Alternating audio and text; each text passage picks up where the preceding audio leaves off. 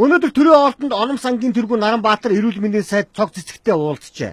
Түүнийг байнгын орооны хуралд тарах тэр агшинд барьж авсан бөгөөд чиний миний буруу гэснээр төрийн оолтны коридороор хэрэлдээд алхаж байхад нь бид бас тэр хоёрыг барьж авч ярилцлага авсан билээ. Ард түмэнд хайртай хүн болж улсын ажлыг хийхгүй өмүүлж засгийн газрын гишүүнийг одоо энэ коридорт сая бол намайг барьж авч зодох гэж штэ гар хөлн чичрээ дайраад ийм байж болохгүй штэ. Тэгээ яагаад энэ төрлийн бас байгууллагын хүн засгийн газрын ордонд ийм үнэмлэхтэй ингээд чөлөөтэй явж идгийг. Байнгын орооны хурал дээр өнөөдөр асуудал хэлэлцэж байна. Манай эрүүл мэндийн салбарын 6 сард юу хийсэн ажлын тайлыг сонсож байна. Тэгэхээр тайлангийн хуралд орж ирээд суух гэж штэ. Хариугүй. Тэгэхээр ийм зохисгүй үйлдэлүүд байж болохгүй л дээ. Асуудлыг эхнээс нь тайлбарлая. Оном сангийн Наранбаатар Америк нэгдсэн улсын Gilead Sciences компани буцалтгүй тусламжаар нийлүүлсэн Харваны имийг илгэний С вирусээр өвчлсөн хөгжлийн бэрхшээлтэй амжиргааны төвшин доогуур оролцоо иргэдэд олгохоор тусгагдсан. Гэтэл эрүүл мэндийн сайд цог цэцэг Аранга аймагт 2000 хүний имийг үнгүй тараахаар шийдвэрлсэн шинжлэх ухааны үндэслэлгүй жалга давны үндслээр хандсан гэж үзээд байгаа юм байна. Арангайд нь тийм ээ тэр одоо хөгжлийн бэрхшээлтэй нэн яд улсууд нь өгч болно. Хамаагүй тэр байж болох зүйл. Гэхдээ юу гэж ярьж байгаа нөхдөр зэрэг эрүүл мэндийн салбарынд яагаад эрүүл мэндийн салбарыг бид нар яриад байгаа юм? Өнөөдөр илгэний С вирусын халдвар шинээр бид нар 3000 халдвар шинээр авчихна. Нөгөө 7000 эмчилүүлээд өнгөрсөн 2016 онд эмчилүүлээд явсан хүмүүс чинь дахиад шинээр халдвар авч орж ирээд байна. Оном сан гэдэг байгууллага ашигын бус байгууллага. Харин цог цэцэг сайд үзэхдээ энэ бол үе шаттайгаар явж байгаа төсөл хөтөлбөрөө. Тэгээд ч Баатар үлэг гишүүн өөрөө Америк нэгдсэн улсын Gilead Sciences компанид хүсэл тавьсан дагуу энэ юм ар хангаад үнгүй тараагдах нөхцөл бүрдэгдсэн. Бичиг нь энэ байна.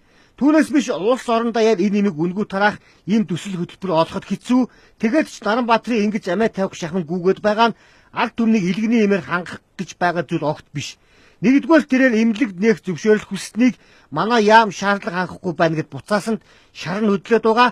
Хоёрдугаарт ингээд үнгүй юм орж ирээ тарагдахаар түүний өөрийнх нь им жишээ нь Арангаад зарагдахгүй болцоход байгаа юм гэсэн олон тайлбарыг өгч байна.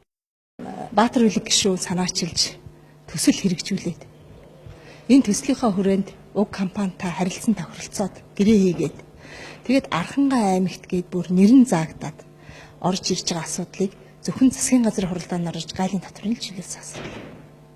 Тэгэхээр зэрэг энэ нэртэйг орж ирсэн. Оном сангийн Наранбаатар бол нийн үгүй хэлэхэд ашиг сонирхлын зөрчлөөр ийм ажлыг хийдэг. Яг л өөрийнх нь эмэнд борлогдохгүй болох гэж штеп. Олон ийм үнгүй ороод ирэхээр. Тэгэхээр бид нар бол ер нь энэ олон сум аймаг дүүрэг одоо хуваарлаж ийм төсөл хөтөлбөр хэрэгжүүлэх боломж болцоотой нөхцөл байдал бий болж байдгийн байна гэдгийг л одоо энэ Архангай аймгийн төсөл харууллаа шүү дээ.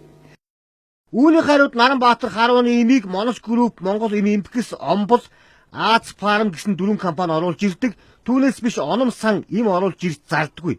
Бид хувийн бизнесээ бодсонгүй Монголын ард түмнээ болж байна гэсэн хариултыг өгч байна. Одоо хувийн эмнэлэгтэй гэх юм бол харин цог цэцэг сайд хувийн эмнэлэгтэй. 10 хэдэн давхар үлээ хувийн эмнэлэгт хүн болгол мэдж байгаа шүү дээ. Тийм ээ? Хүн болгол мэдж байгаа. Би тэрний мэдхгүй тэр арьс өмнөний эмнэлэг гэсэн. Би тэр хүний хувийнхын асуудлыг би ерөөс огт яриаггүй. Одоо шилгээд Оном сан илгэний төв, Оном сангийн харьяа, ашигын бус төв байдгийг Монголын ард түмэн бүгд мэдж байгаа. Тэрүүгээр бид нар ашиг олоод тэрний бизнес яваад байна уу? Бид нар эм зардаггүй. Оном сан гэдэг эмийн худалдаа гэдэгт ямар ч холбоо байхгүй. Эмийн үнийг хямдруулах энэ чиглэл дээр бид нар ажилласан. Таныг одоо нэр хүндэд нь халдлаа төрийн сайд хүн хамгаалалттай шүүгээд нэлээд сая чанга дуугараад орлоо шүү дээ. Гэхдээ хамгаалттай гэх юм. Би саналаа тавьсан. Санал юу гэж тавьсан гэхээр зэрэг сайдаа. За Арангайд ингээд та галт тэргийн хөдөлгөөд юм явуулчихжээ. За Арангайн эмзэг бүлгийн нин ядуу ийм хүмүүст нь өгье. Квотын тогтооч. Тэгчээд үлдсэн нь мөн орж ирэх гэж байгаа дараагийн 3000-ыг эрүүл мэндийн салбарын зарцуулъя. Эрүүл мэндийн салбарын хүмүүст нь зарцуулаад эмнэлгээр нь устгалтыг хийгээд явъя. Харваны им гэдэг нь нэг хайрцаг нь $300 буюу 750 мянган төгрөгийн үнэтэй. Үүнээс эрүүл мэндийн даатгалаас хөнгөлөгдөөд нэг хайрцаг нь 210 мянган төгрөг. Нэг курс нь нийтдээ 495 мянган төгрөг болж байгаа юм. Энэ нь 3 сарын эмчилгээ. Харваны имийг эмчилгээ хийлгээд явж байгаа иргэдийн 98-аас 99% нь бүрэн эдгэрч байдаг. Үүнээс үүсгэд энэ им их үр дүн сайтай юм байна. Тиймээс Харваны имний бизнес ингэж хэрүүл тэмцэл дагуулж байна гэж ойлгогдож байна. Мэдээг алтаж байгаа.